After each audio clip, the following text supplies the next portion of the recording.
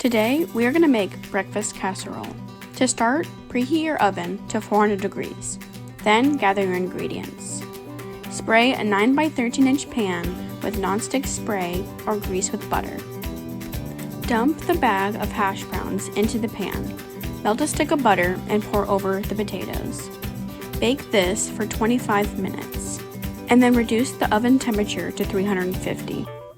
While the hash browns are cooking, in a bowl, mix together your cheeses and ham. In addition, you can add vegetables and bacon, or really anything else you would add in a traditional omelet. Dump the ingredients from the bowl over the hash browns and spread evenly.